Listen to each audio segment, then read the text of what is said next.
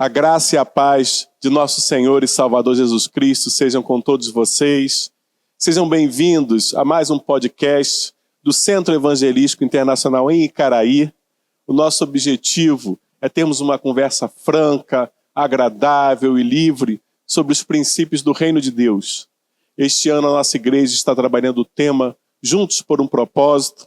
E neste bimestre nós vamos estar conversando com vocês sobre o subtema Manifestando o Reino, servir enquanto manifestar o Reino. Então fique conosco, esteja participando, ouvindo e esteja também vindo às nossas igrejas, nossas reuniões, nossos GDs, onde nós daremos continuidade a esse tema tão interessante, tão necessário, tão pertinente à nossa vida cristã nos tempos atuais. Damos as boas-vindas ao nosso pastor eclesiástico, pastor Eliezer de Assis. É um prazer estar contigo aqui e é um prazer mais uma vez ouvi-lo e aprender de você sobre esse tema tão estratégico para nosso viver cristão. Pastor Eliezer, com a palavra. Obrigado, pastor Jorge. A alegria é toda nossa e a gente poder compartilhar, né? Esse tema, como você falou, ele é muito relevante, importante para os nossos dias, principalmente, evidente. Acho que mais do que nunca precisamos trabalhar a questão do reino, a manifestação do reino e o serviço, né, como essa manifestação, como essa consequência natural daqueles que estão inseridos, daqueles que estão vivendo de uma forma verdadeira o reino de Deus. Então vai ser legal estar aqui contigo e a gente poder trocar aí figurinhas sobre o reino de Deus e a manifestação e o serviço como esta prova inabalável, né, do reino de Deus, é o serviço. Que ótimo, que ótimo. E pastor, o subtema começa com a frase manifestação do reino. Que reino é esse? É o reino de Israel, é o reino da Rússia, é o reino da Venezuela? Que reino é esse, pastor? Então, a gente precisa contextualizar, né? Primeiro, a ideia de reino é de fato uma ideia bíblica, né? Tanto no Antigo Testamento como a proposta de forma bem clara do Novo Testamento, quando Jesus Cristo ele fala da proximidade desse reino, esse reino de Deus. Mateus diz reino dos céus, não é? Mas as expressões elas são similares, né?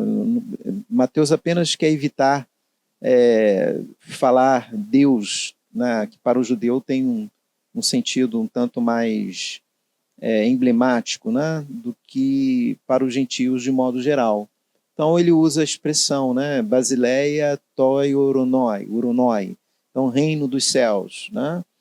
Mas se a gente partir da ideia do Antigo Testamento, a gente vai ver que toda a história do Antigo Testamento ela está pautada nesta ideia que ela é central. Então, não é uma ideia unilateral, não é uma ideia só do Novo, é uma ideia da Bíblia. O Antigo também trabalha isso. Agora, dentro desse contexto de época, dentro do contexto cultural do Antigo Testamento, que a figura do rei era uma figura importante, era a figura de poder, era a figura de autoridade. Então, essa ideia de rei, né, ela de alguma forma, ela traz, né, esse governo e esse domínio de Deus sobre todas as coisas. Então, Deus, enquanto Criador, ele é o rei do universo, já que ele é o Criador, né? Então, de Gênesis a Apocalipse, a gente não tem dificuldade em entender, né, esse reinado divino sobre todas as coisas. Mas é necessário a gente pensar, inclusive nos livros de Salmos, a gente vai encontrar essa ideia do Malkut, que vem de Meler. Meler é rei, Malkut é reino. No Antigo Testamento, é verdade que a expressão reino de Deus, ou Malkut Adonai, né, ou alguma coisa, Malkut Elohim, a gente não encontra essa expressão, né? Mas a ideia ela está presente em vários livros do Antigo Testamento sobre esse domínio de Deus sobre a história, a soberania de Deus sobre todas as coisas, Então, esta figura real, ela sempre foi trabalhada em relação a esse domínio de Deus sobre todas as coisas. Até o próprio livro de Samuel, quando Israel ele é tentado a ter um rei, né? Antes na sua teocracia, ali naquele momento de alguns poucos séculos que eles estavam na região de Canaã, e eles viam que os outros povos, aquelas outras cidades-estados, né, elas possuíam um rei, né? Então havia um desejo de que também Israel tivesse um rei.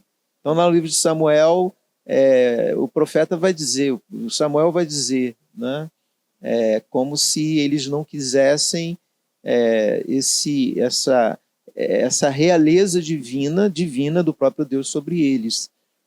Então, é uma figura muito interessante no Antigo Testamento a partir dessa perspectiva, né, de contexto social, cultural e tudo mais. A figura de um monarca, a figura de um rei.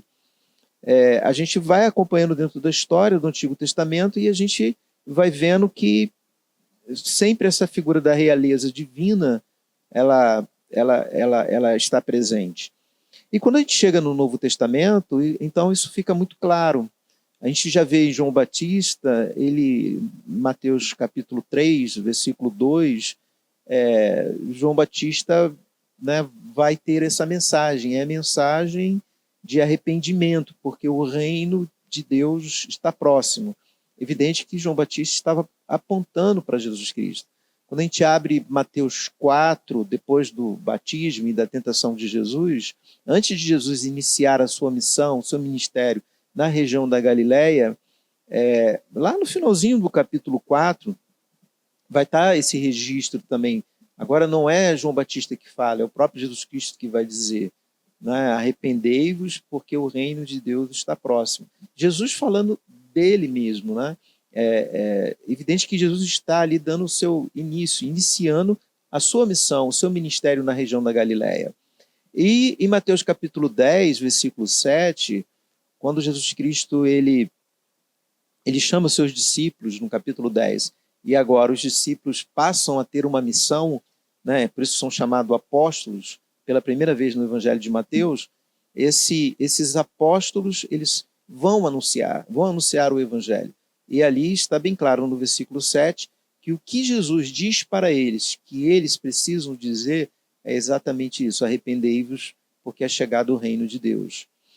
Lá no capítulo 4 ainda de Mateus, Jesus Cristo, aí é o escritor, o evangelista Mateus vai dizer que Jesus ele curava e ele ensinava o evangelho do reino.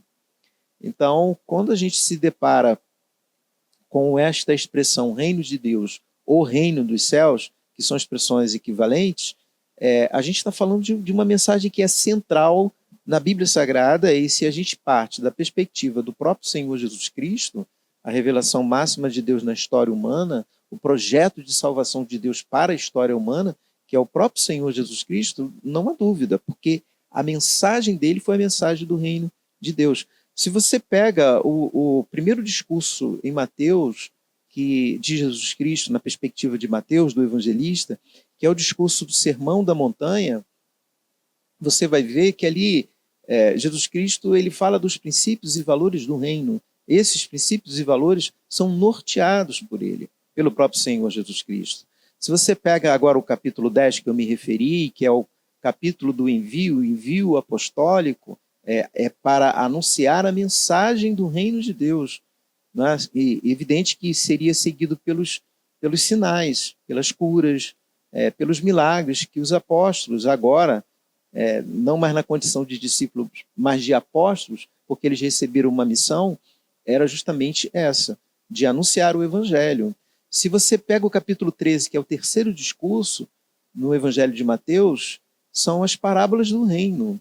Ali você tem as parábolas do reino, você tem a parábola do semeador, você tem a parábola do joio, do trigo. Então, todas essas parábolas, elas estão falando da importância, daquilo que é um grande mistério, que é o reino. Apesar da sua pequena fragilidade, né, da sua pouca visibilidade, mas é de um poder tremendo. Mas se você avançar um pouquinho mais, nos discursos de Jesus, pontualmente no Evangelho de Mateus, você chega no capítulo 18, que você vai ver a igreja do reino, né? O discurso de Jesus Cristo falando desta igreja, que é a igreja do reino. E quando você conclui o Evangelho de Mateus conclui os discursos de Jesus, no capítulo 25, você vai ver nitidamente a questão escatológica do reino de Deus. Então, é apenas um exemplo. Poderíamos também falar de Marcos, de Lucas, de João. Aí tem que ir para o IBCEI, né? Aí tem que ir para o IBCEI. Mas só para a gente ter uma noção que o reino de Deus é, de fato, a mensagem central de toda a Bíblia. E eu já parto do princípio de que Jesus Cristo, a mensagem de Jesus Cristo é a mensagem central de toda a Bíblia. Então, essas coisas elas não podem destoar, não é? É interessante que quando você pega, por exemplo, Atos dos Apóstolos, porque Atos dos Apóstolos é um registro dessa igreja iniciante.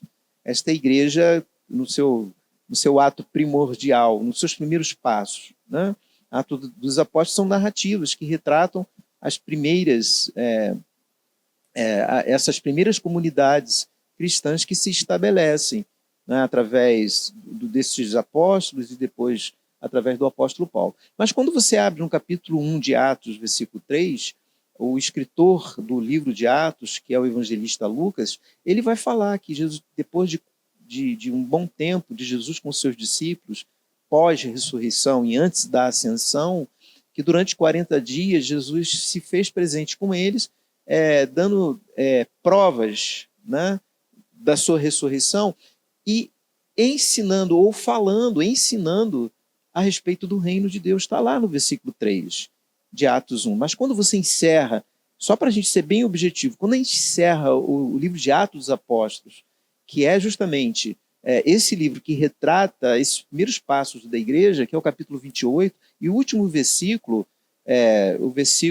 os dois últimos versículos, eles retratam sobre Paulo em Roma, na sua prisão domiciliar.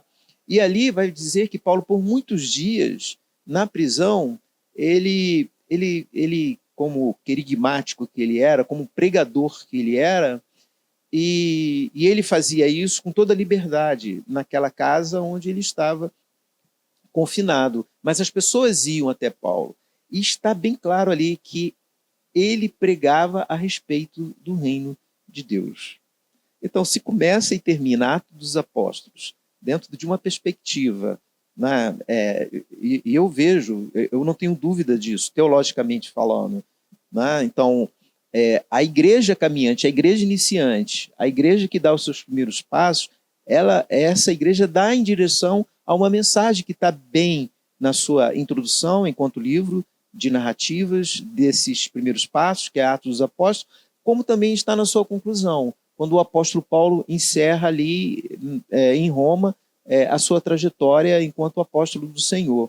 Então, isso para mim é muita evidência, né? Mas o próprio apóstolo Paulo, em Colossenses capítulo 1, versículo 13, ele fala que o Senhor nos tirou das trevas. A morte do Senhor Jesus Cristo na cruz do Calvário nos tirou das trevas, nos tirou desta maldição, desta condenação eterna e nos transportou para o reino do seu Filho. Então veja o que a cruz ocasiona na nossa vida, né? Ela provoca essa transformação, essa regeneração, essa salvação. A cruz é esse processo de expiação dos nossos pecados diante de Deus. Então a cruz é a aproximação do homem para com Deus. E ao mesmo tempo a cruz ela nos leva, Paulo diz, nos transporta para o Filho do seu amor, para o reino do seu amor. Falando do Filho, falando do reino e falando dessa vinculação entre aqueles que recebem na cruz de Cristo, né, estão inseridos, são transportados para esse reino. Então, para a gente fechar essa primeira parte sobre o que é o reino de Deus, isso é o reino de Deus. Nós fazemos parte, nós estamos inseridos em Lucas, no capítulo 17, Jesus Cristo vai dizer, o reino de Deus está dentro de vós. Então estamos e vivemos um reino de Deus. Só que esse reino de Deus dentro de nós não é um reino de visibilidade, é um reino invisível, mas é um reino, apesar da sua invisibilidade, ele é real. Então por isso que há manifestação. Esse reino precisa ser manifesto. Então enquanto ele não tem visibilidade, né, porque o reino, como você colocou no início, né, a gente ainda tem alguns reinos, né? A Inglaterra é um reino. Você tem diversos países que mantêm, né, esse tipo de governo monárquico, né? Mas, diferentemente do reino de Deus, não é um reino territorial, não é um reino geográfico, não é um reino que você... para o reino de Deus se estabelecer, a gente precisa conquistar territórios. Não, não é nada disso. Esse reino, ele não é territorial. E o domínio desse reino é Deus, é o próprio Cristo. Então, ele é o rei. Então, aonde estiver a manifestação real do amor, da paz, aonde estiver sendo praticada a justiça, e todas essas coisas, né, porque o próprio Jesus Cristo, lá em Mateus, no capítulo 7, né, vai dizer que o reino é justiça, né? Buscar primeiro o reino de Deus e a sua justiça, né? O apóstolo Paulo vai dizer que o reino de Deus é paz, alegria. Então, é o reino de Deus. Onde houver esses elementos tão primordiais para a vida humana, esse reino de Deus está sendo manifesto. Então, ele precisa ser manifestado por causa da sua invisibilidade. Porque não é um reino territorial, não é um reino humano, mas é um reino divino. Então, quando você age, quando há compaixão em você e você manifesta isso na sua vida, na sua rotina, no seu trabalho, na sua família, esse reino está sendo manifesto. Esse reino ele pode ser manifesto no governo, ele pode ser manifesto em Brasília, no Congresso, ele pode ser manifesto pelo Poder Executivo, ele pode ser manifesto no legislativo, ele pode ser manifesto em todas as esferas, ele pode ser manifesto na cultura, ele pode ser manifesto na sociedade como um todo, e ele pode ser manifesto na igreja. Por quê? Porque a igreja é a agência do reino de Deus. A igreja não é o reino de Deus, mas ela faz parte do reino de Deus. O reino de Deus é maior do que a igreja em si. Ela é a agência do reino. Então isso significa que ela, de alguma forma, ela tem um papel importantíssimo na manifestação desse reino. Mas ela não limita o que ela é no reino, porque o reino é maior do que ela. Então isso é importante a gente perceber. A igreja enquanto agência do reino de Deus. Então o reino de Deus ele se manifesta em várias áreas possíveis e deve se manifestar. E nós, enquanto agência de Deus, deveríamos ser aqueles que manifestariam esse reino nas suas diversas esferas. Deveríamos. Né? Tem um texto em Mateus 21, 43, que Jesus Cristo, para dar uma resposta, Jesus está em Jerusalém, Jesus já saiu do templo de Jerusalém, e os principais sacerdotes e escribas e fariseus, eles procuraram Jesus Cristo. E eles começaram a indagar Jesus Cristo com que autoridade Jesus Cristo estava fazendo o que ele estava fazendo. Ele chegou no templo, ele viu cambistas no templo e ele foi bem enérgico em relação a isso.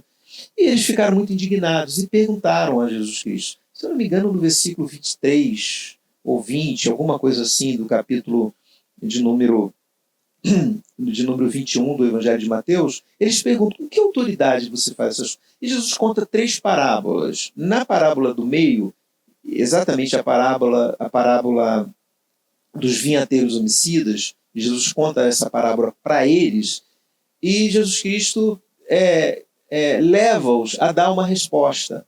E eles respondem. Né? Jesus Cristo então vai dizer, depois de contar a parábola, né? O que então vocês diriam? O que devo fazer com esses vinhateiros maus? Né? Na parábola ali da vinha, que foi a vinha que foi sublocada, foi passada para que aqueles homens pudessem trabalhar na vinha, mas chegaria o tempo da colheita e o proprietário da vinha iria receber a sua parte. E chegou o tempo da colheita, e esses que arrendaram a vinha, não cumpriram com o seu papel. E o proprietário mandou, então, um servo, e eles mataram o servo, e mandou outro, grupos de servos, e eles mataram. Então, o proprietário, bem, eu vou mandar meu filho, porque pelo menos meus filhos vão respeitar. E eles, então, quando viram o filho, eles mataram o filho.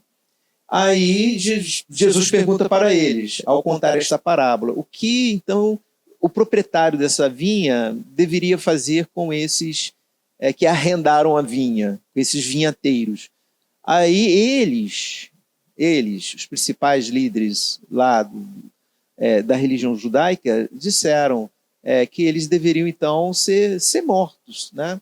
Aí Jesus Cristo responde para eles no versículo 43, Mateus 21, 43. Por isso vos digo, o reino de Deus vos será tirado, o reino de Deus vos será tirado e será dado a um povo que produza seus frutos.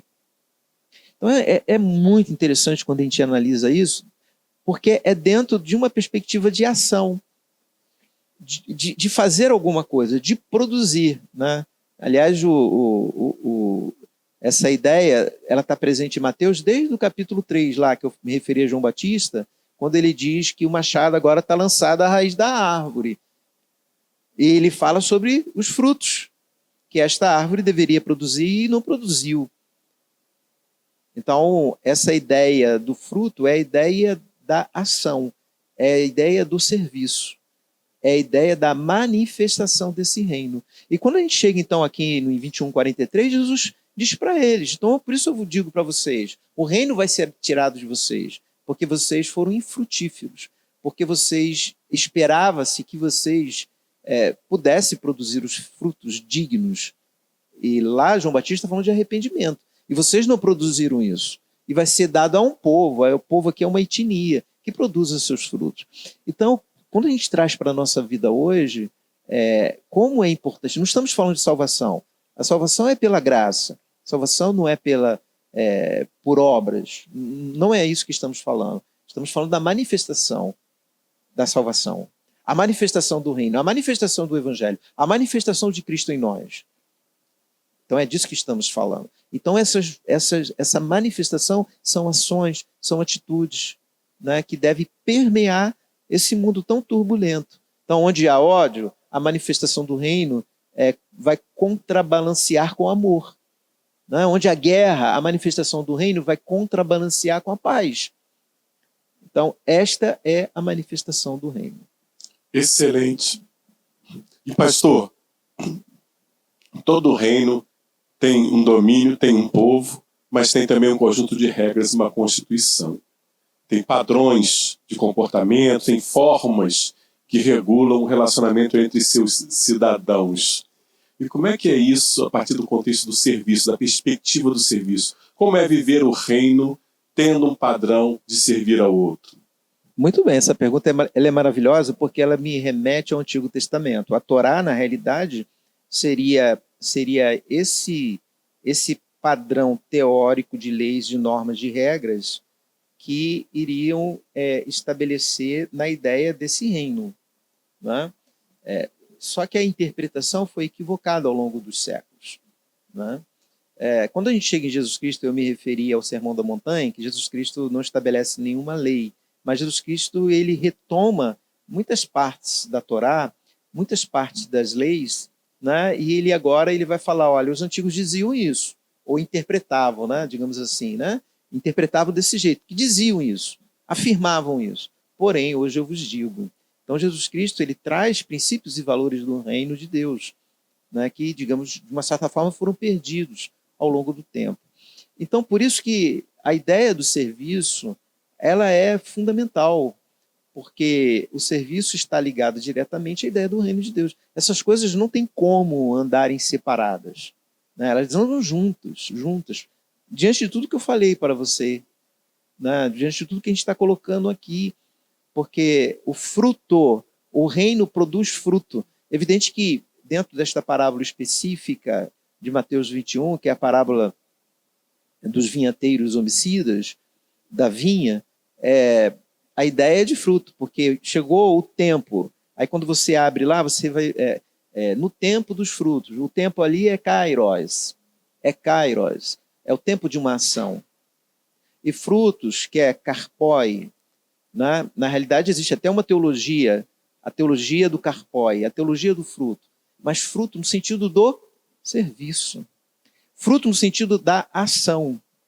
Jesus Cristo não está falando ali das uvas, que a vinha deveriam ser, que aquelas vinhas, porque é interessante que aqueles que arrendaram a vinha porque a vinha foi preparada primeiro pelo proprietário, com terreno, ele preparou o terreno, ele deixou tudo prontinho, ele trouxe as sementes, ele plantou as sementes, e agora ele arrenda. Então ele cria todas as estruturas necessárias e caberia, então, ao vinhateiro, aquele que iria colher na época dos frutos, ele ia lá e ia colher. E a parte que cabia ao proprietário, ele ia entregar. Então, quando a gente começa a pensar sobre isso, sobre a nossa ação, sobre o nosso serviço, porque ela tem que ser, de alguma forma, o mundo espera ver alguma coisa em nós. E ver Cristo em nós é ver o serviço, porque Cristo o tempo todo foi serviço. Né? Lá em Marcos capítulo 10, os discípulos lá estavam questionando, os 10 discípulos questionavam João e Tiago, porque pediram a Jesus um lugar especial lá no reino dos céus e tal, e os 10 ficaram meio que irritados com Tiago e João, e Jesus Cristo falou para eles assim, olha, entre vós não pode ser assim. Para os governantes, aí Jesus vai dizer, se espera isso, se espera uma posição de autoridade, espera-se isso, mas entre vocês não é assim, porque aquele que deseja ser o maior vai ser aquele que vai servir. Aí Jesus Cristo diz o seguinte, o Filho do Homem, ele veio para servir. Jesus estava falando dele. Então veja o quanto isso é forte e importante para entendermos qual é o nosso trabalho no Evangelho. Então não dá para dizer, isso aqui eu separo, isso aqui fica fora. Não. Mas que serviço é esse? É a minha vida. É a minha vida que eu vivo para o Evangelho. O que é viver para o Evangelho? A minha vida como um todo é um anúncio desse Evangelho. Né? E as pessoas vão ver em mim Cristo Jesus. É aquele agente da paz. Aí você pega lá as Beatitudes, que é a introdução do Sermão da Montanha, em Mateus capítulo 5, versículo 2 em diante, e você vai ver o tempo todo ali fazendo menção, felizes ou bem-aventurados são os pobres, Mateus coloca, pobres de espírito, porque deles é o reino dos céus. Então, a nossa atitude, a nossa ação, é interessante depois pegar as Beatitudes, as bem-aventuranças e ler, porque isso está bem explícito ali, e está falando de atitude, de ação, mesmo diante da resistência, mesmo diante da oposição, mesmo diante da indiferença humana, mesmo diante de uma sociedade que atropela, uma sociedade que não respeita, uma sociedade intolerante, quanto à fé cristã, mesmo diante do caos possíveis no mundo, esse reino é manifesto na nossa atitude, na nossa ação, de como a gente lida com determinadas coisas no mundo. Jesus Cristo vai dizer lá, quase na última bem-aventurança, que assim viveram os profetas que foram antes de vós. Ele está falando, olha, quando mentirem, disserem todo mal contra vós. E ele fala, grande é o vosso galardão nos céus. Ele está retratando dentro dessa dimensão do reino, da nossa ação, do nosso serviço, da nossa atitude. Então, eu concluo dizendo que são coisas, uma manifesta a outra e a outra manifesta a um. Então são coisas inseparáveis. Não dá para falar de reino de Deus sem falar de serviço, porque é o que Jesus fez. Né? Aí, só para concluir, porque uma coisa leva a outra, em Filipenses capítulo 2, versículo de número 5 em diante, Paulo vai dizer em Filipenses, né, para os crentes de Filipe, olha, que tenhais em vós o mesmo sentimento que houve em Cristo Jesus. Lá no versículo 7, vai dizer, né, mesmo sendo na forma de Deus, não teve por usurpação o ser igual a Deus, mas se esvaziou e veio na forma humana, na forma de servo. Então, Jesus Cristo, na condição de Deus, ele, aqui no seu ministério, na sua missão, ele não usou dessa prerrogativa. Ele não usou dessa prerrogativa. Qual é a prerrogativa? A prerrogativa do poder, a prerrogativa do domínio. Ele não usou dessa prerrogativa. Entende? Porque ele veio na forma de servo. Então, estamos falando do Filho de Deus, estamos falando do próprio Deus, estamos falando de Jesus Cristo. Então, se ele, nesse processo quenótico de esvaziamento, ele sai do ponto A e chega até o ponto B, esvaziando-se completamente, para chegar no ponto B e ser identificado conosco, com a própria humanidade, se identificar com a humanidade, essa humanidade sofrida, essa humanidade periférica, essa humanidade distante, vivendo o seu caos, e ele se identifica, simplesmente servindo. O que a igreja precisa fazer é servir. Né? Ele vai servir com a própria vida dele, como nós sabemos. Amém. Maravilha, né, pastor? É uma coisa que nos provoca a ter uma outra atitude em relação ao evangelho, em relação à vida. E pelo que o senhor está falando, servir não é uma opção. Servir é uma natureza, é natural de quem tem dentro de si o servo, o maior de todos os servos foi Jesus Cristo. Agora, se eu tenho que servir porque eu sou igreja, servir a quem? Então, alguns pegam o escritor aos Hebreus e vão colocar assim, primeiros da fé. Primeiros da fé, e depois os outros. E quando eu caminho com Jesus pelas ruas da Galileia, quando eu caminho com Jesus pelas ruas poeirentas, né, eu vejo Jesus, ele sempre indo em direção às pessoas.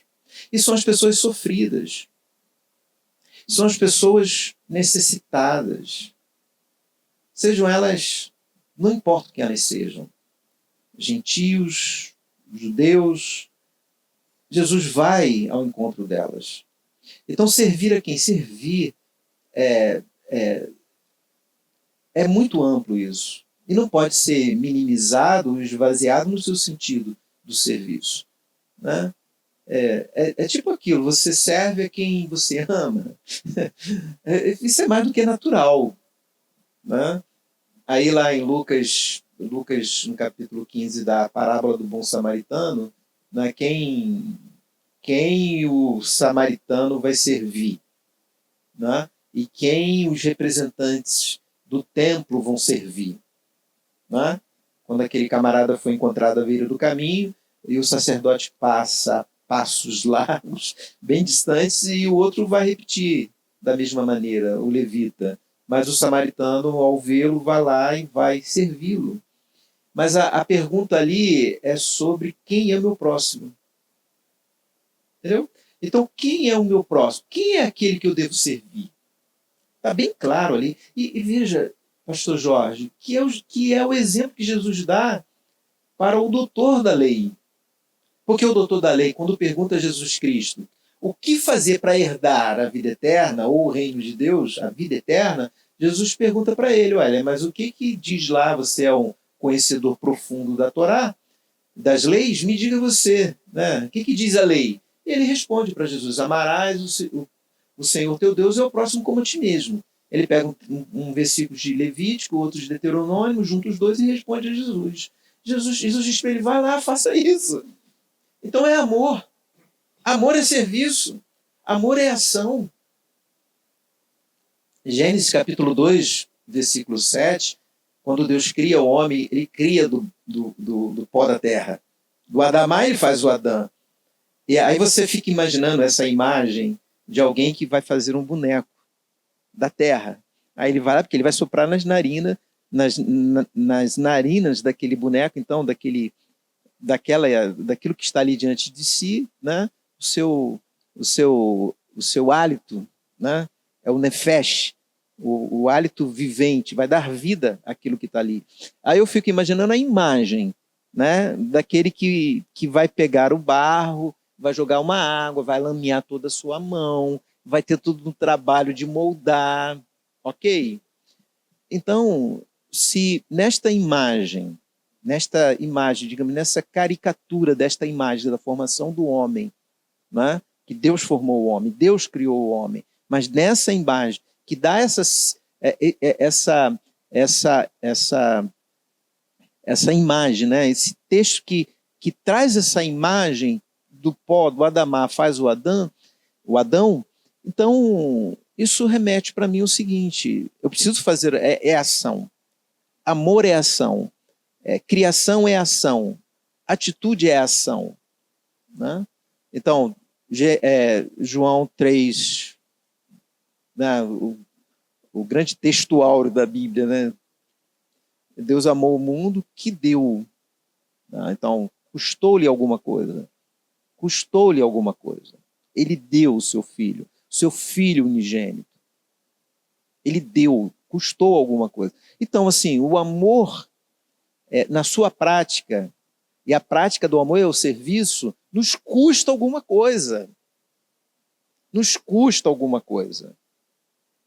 E, de alguma maneira, de alguma forma, esse próximo da gente, né, talvez será o objeto do nosso amor. Evidente que você não vai sair dando esmola para todo mundo. Primeiro que você não tem condições para isso. E até hoje, quando você vê uma pessoa pedindo um dinheiro, é até complicado você dar um dinheiro. Porque ali talvez é para alimentar numa pedra de crack, num vício. Você acaba alimentando aquele indivíduo dentro daquela condição que ele está. Né? Mas nós somos provocados e desafiados pelo Evangelho de Jesus Cristo a viver a prática do amor, que é o serviço. E o serviço faz parte do reino de Deus. E o reino de Deus se manifesta através do serviço em diversas esferas na sociedade humana. Excelente, excelente. Custa. Amar é maravilhoso, mas amar custa.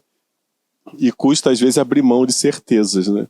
E a gente vive numa sociedade onde existem muitas formas de discriminação e de separar quem somos nós e quem são eles. E nós vemos, em pleno século XXI, reedições de guerras religiosas, um matando o outro em nome de Deus.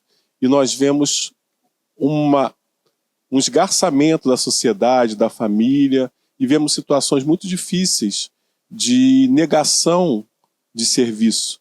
Como a gente tem na China, casais que jogavam fora uma criança porque nascia do sexo feminino, e eles queriam filho homem, tinha uma regra de total de crianças que podiam nascer. E agora no Japão, que está um fenômeno muito grande de assassinato de membros mais velhos, porque as pessoas estão ficando cansadas de cuidar. E recentemente teve um julgamento de um senhor de 80 e poucos anos que cuidou da esposa durante 40 anos. Ela era cadeirante, muito debilitada, e ele não suportou mais. E ele, no testemunho dele, ele disse que ele não teve ajuda. E talvez se ele procurasse ajuda, ele não teria feito isso. E como é que a gente enfrenta uma sociedade marcada pelo individualismo, pelo hedonismo, pela ideia de que eu não vou pagar o preço por algo que não me traga alguma vantagem, onde até a família, quer sejam filhos ou pais, são sobrecargas que são descartadas porque atrapalham viver o sucesso, viver a vida como as pessoas querem. Como é que isso se encaixa ou não se encaixa com o Evangelho de Cristo, com o Evangelho do serviço? Como é que eu posso servir a Cristo nessa sociedade? Então, é todo um processo de secularização, né, dos séculos próximos, passados. Todo esse processo do capital, do próprio capitalismo em si. Hoje, a gente está vivendo essa chamada pós-modernidade, uma sociedade muito volátil. Né? A gente vive um hedonismo muito forte. E a gente encontra sempre a ideia de que não podemos... O sofrimento não tem mais o seu lugar. Esta é a verdade. Não posso sofrer. Então, eu não posso sofrer... o sofrimento faz parte da vida humana. Né? As nossas obrigações e responsabilidades compõem o ser humano que somos.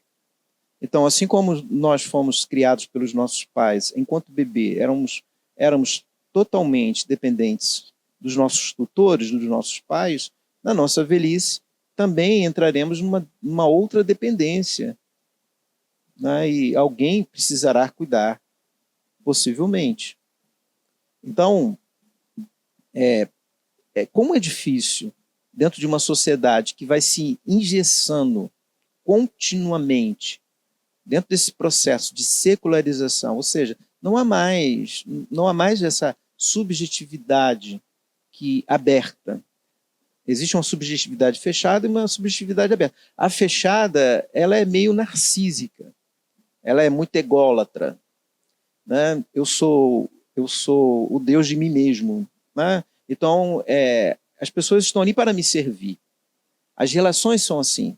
São relações coisificantes, instrumentalizadoras. São relações de serviço para si mesmo. Então, é aquela pessoa que no namoro, no casamento, ela se torna uma empregada para você. Não é a sua companheira. Não é aquela mulher que vai caminhar contigo a tua caminhada, né? E você vai caminhar com ela a caminhada dela. E ambos vão caminhar o seu caminho de constituição de família.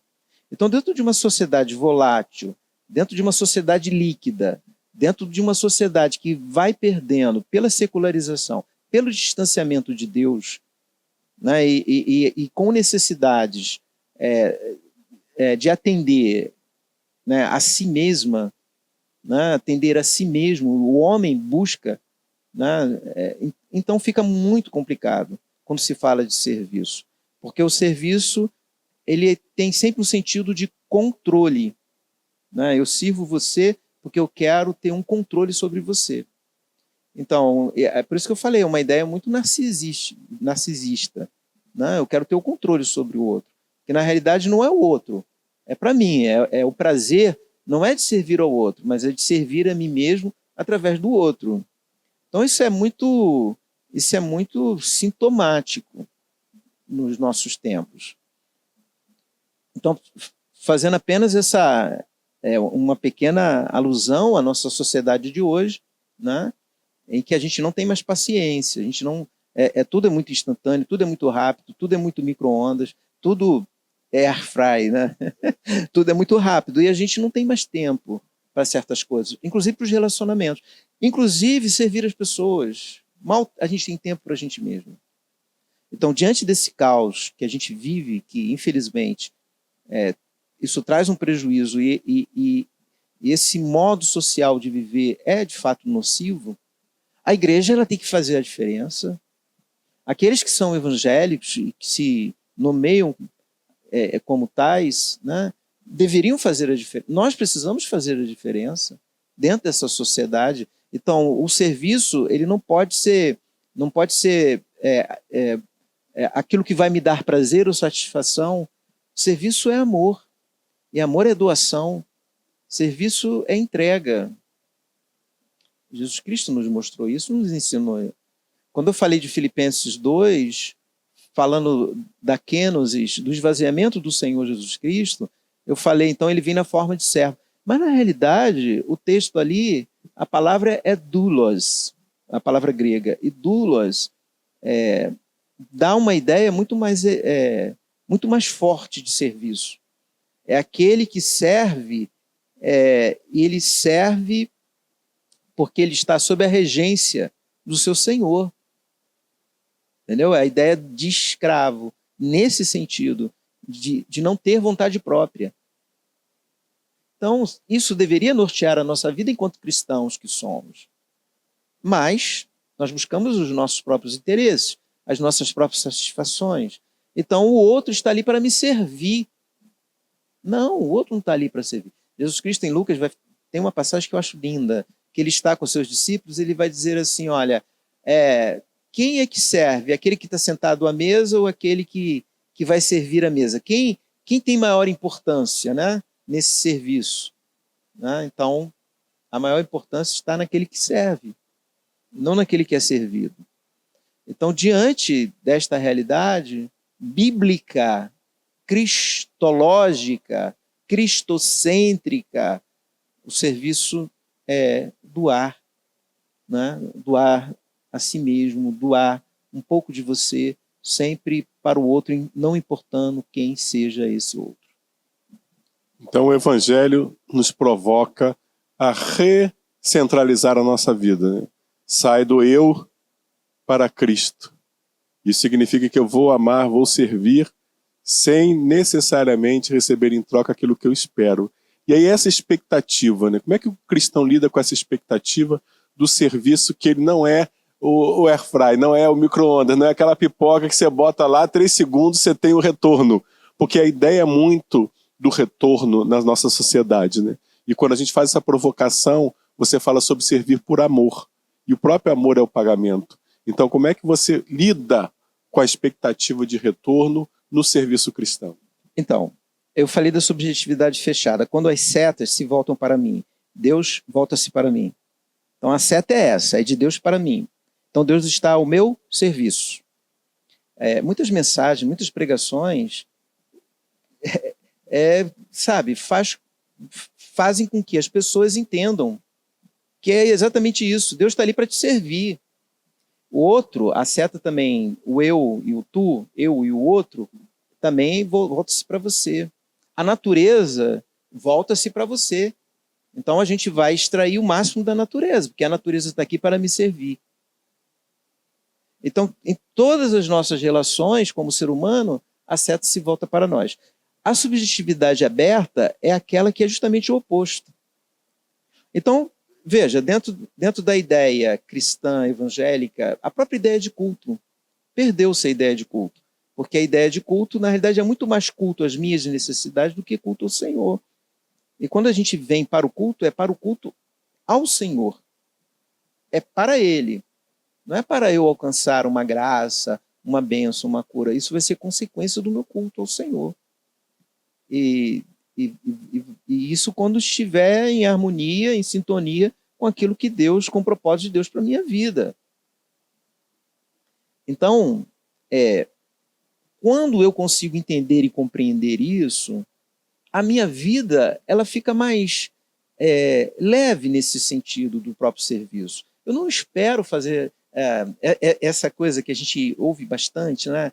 Que você dá 10 para receber 100, você tem que semear tanto para você colher tanto, sabe? É uma tal de lei de semeadura.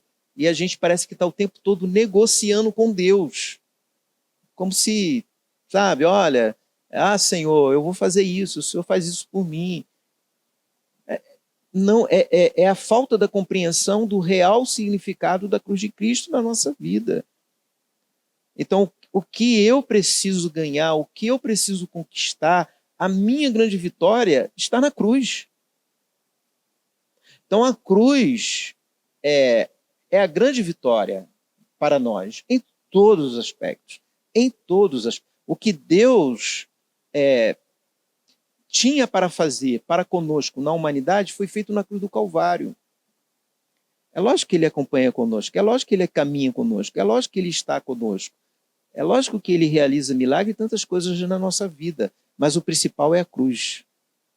O que adianta você ser curado de uma doença e ir para o inferno? É melhor que você vá doente para os céus.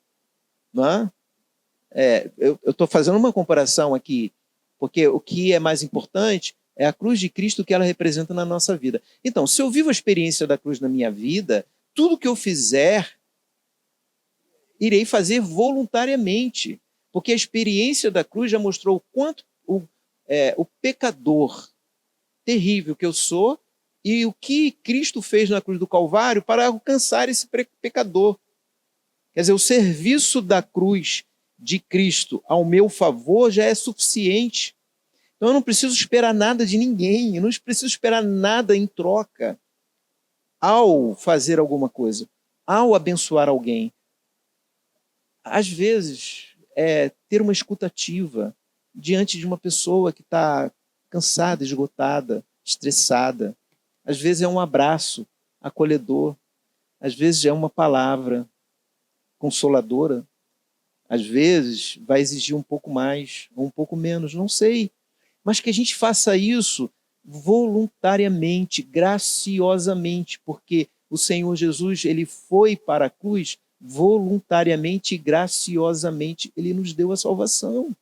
Então não tenho que esperar, eu não tenho que fazer aguardando receber alguma coisa. Então a gente já tem toda a justificativa possível para servir. A gente já tem toda sorte de bênção para servir.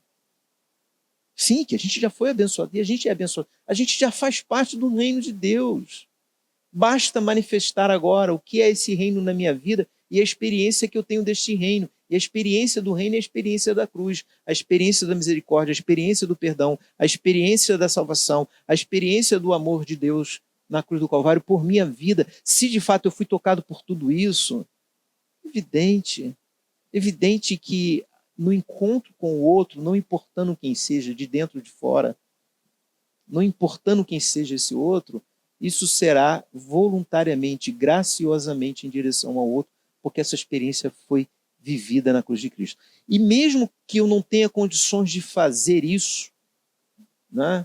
E muitas vezes quero e não consigo, eu ainda tenho a ação do Espírito Santo na minha vida, porque é o Espírito Santo que vai me convencer, é o Espírito Santo que vai dar um sentido para mim, é o Espírito Santo que vai me provocar esse direcionamento ao outro. Excelente. Pastor, nós já estamos terminando aqui, indo para a última colocação, e o senhor falou muito bem sobre essa questão dos valores do reino. Então, última pergunta aqui, última provocação para a gente fechar esse bloco. Então, a gente pode dizer que uma igreja bem-sucedida do ponto de vista de reino de Deus é uma igreja que serve? Perfeito. É uma igreja que serve. É uma igreja que manifesta o reino de Deus. Tá? E para ser bem objetivo na resposta, e você já deu a resposta a isso, é uma igreja que serve em todas as esferas possíveis. Porque a manifestação do reino se dá em todas as esferas. Então é uma igreja que é participativa na cultura, é uma igreja que é participativa em todas as áreas possíveis da sociedade. Ela está presente. Quando você está lá no seu trabalho, você é a manifestação do reino de Deus naquele espaço físico, naquele local específico. Você manifesta o reino de Deus ali. Entendeu? Então eu manifesto o reino de Deus no meu trabalho, eu manifesto o reino de Deus no condomínio onde eu moro, eu manifesto o reino de Deus na família que eu tenho, eu manifesto o reino de Deus em todo lugar que eu estiver, eu estarei manifestando o reino de Deus. Então significa o serviço. A igreja precisa servir, manifestando o reino de Deus, pregando o evangelho, anunciando o evangelho do reino de Deus. A igreja precisa servir, ajudando aqueles que são necessitados, carentes, né? Aqueles que no trabalho de missões, é a missão da igreja, né? Perto ou longe, aqui ou até os povos não alcançados, não importa. O tempo todo, a relevância de sermos igreja é exatamente essa, servir. Se a igreja fechar, fecha-se as portas. E se ninguém sentir falta dela, porque ela nunca foi relevante para a sociedade. Então a igreja ela é relevante para a sociedade quando ela faz parte da sociedade, ela está integrada à sociedade e ela está ali. Não é para ser governo, ela não está ali para ser uma ONG, ela não está ali para ser um projeto social. Não. Mas ela pode abarcar muitas coisas, inclusive projetos sociais, muitos projetos. Ela pode, mas ela faz isso porque ela manifesta o reino de Deus. É a principal intenção, é o objeto primordial dela, a manifestação do reino de Deus através do serviço. Muito obrigado, pastor. Nós terminamos esse primeiro bloco com muita alegria, muito felizes e muito provocados por essas falas. E o nosso convite a você que está nos assistindo é que você seja a igreja, seja cristão e sirva a tempo e fora de tempo. E até o segundo bloco, se Deus quiser. A paz do Senhor.